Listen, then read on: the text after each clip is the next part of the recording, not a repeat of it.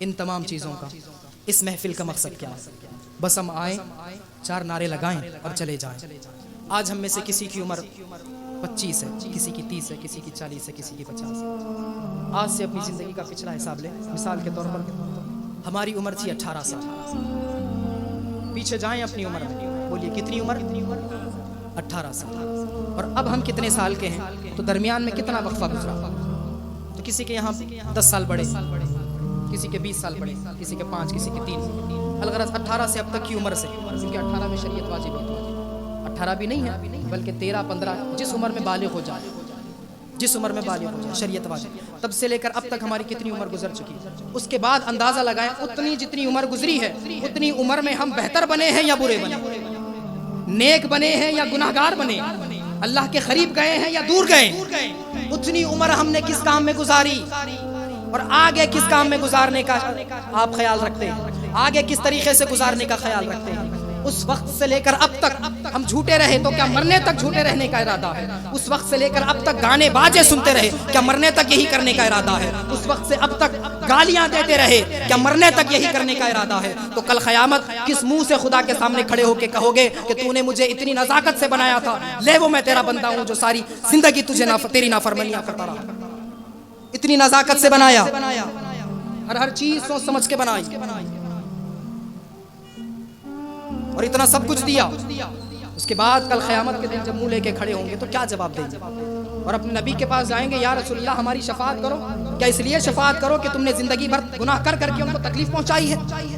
تم نے ایک دوسرے کو مصیبتوں میں ڈال کر، ایک دوسرے کو گالیاں دے کر، ایک دوسرے کو قتل کر کے، ایک دوسرے کی چوری کر کے، ایک دوسرے کو تکلیف پہنچا کے، کیا تم نے یہی صلہ دینا ہے اپنے نبی کو؟ کیا تم نے یہی صلہ دینا ہے اپنے خدا کو؟ غیرت کرو خدا کے لیے، سمجھو کہ بہت ساری زندگی ہماری گزر چکی، اسی طرح باقی بھی گزر جائے گی، ہمیں پرواہ بھی نہ ہوگی، ہمیں حساب بھی نہیں ہوگا، محسوس بھی نہیں ہوگا، زندگی گزرتی چلے جائے گی۔ کہاں ہیں وہ لوگ جو ہم سے پہلے آئے تھے؟ آج ان کی کھوپڑیاں قبر میں، جو بڑے بڑے دعوے کرتے تھے، لیکن کیا ان کا حشر نمرود کا حشر نہیں ہوا؟ کیا فرعون کا حشر نہیں ہوا؟ کیا شداد کا حشر نہیں ہوا؟ کیا حامان کا حشر نہیں ہوا؟ کیا بڑے بڑے دعوے کرنے والے خدا کے، کہ آج ان کے کنگال زمین کے نیچے نہیں پڑے ہیں جن کو کھندلتی ہوئی انسانیت جاتی ہے؟ کل آپ کا اور میرا بھی وہی حشر ہوگا۔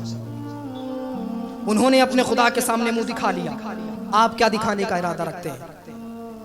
آپ کیا دکھانے کا ارادہ رکھتے ہیں؟ کل ان کا حشر ہوا، آپ کا بھی ہوگا۔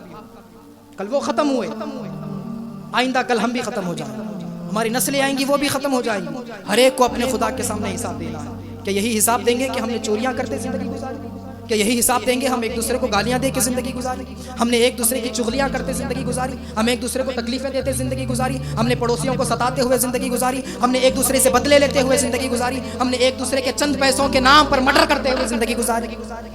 کہ یہ حساب دینا چاہتے ہیں اللہ کی بارگاہ میں؟ نہیں، وقت ہے، زندگی باقی ہے۔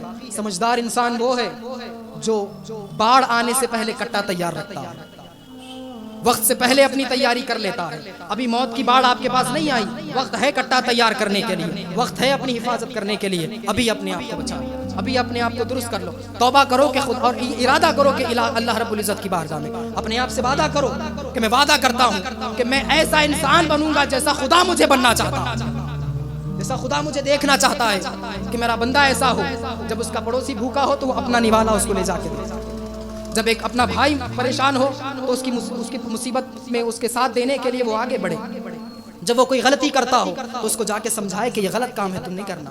کنتم خیر امۃ اخرجت للناس، اللہ نے اس امت کو سب سے افضل کیوں بنایا؟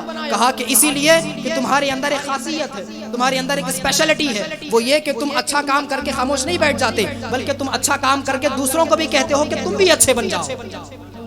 یہ اسپیشلٹی ہے۔ اگر یہ ہمارے اور آپ کے اندر نہیں ہے تو ہمارے اندر بہترین امت کہلانے کا کوئی حق ہی نہیں بچا، ہمارے اندر حق نہیں بچتا بہترین امت کہلانے کا۔ اپنے آپ کو بہتر کریں، دھیرے دھیرے غلطیاں اپنے اندر سے نکالیں، دھیرے دھیرے خرابیاں اپنے اندر سے نکالیں۔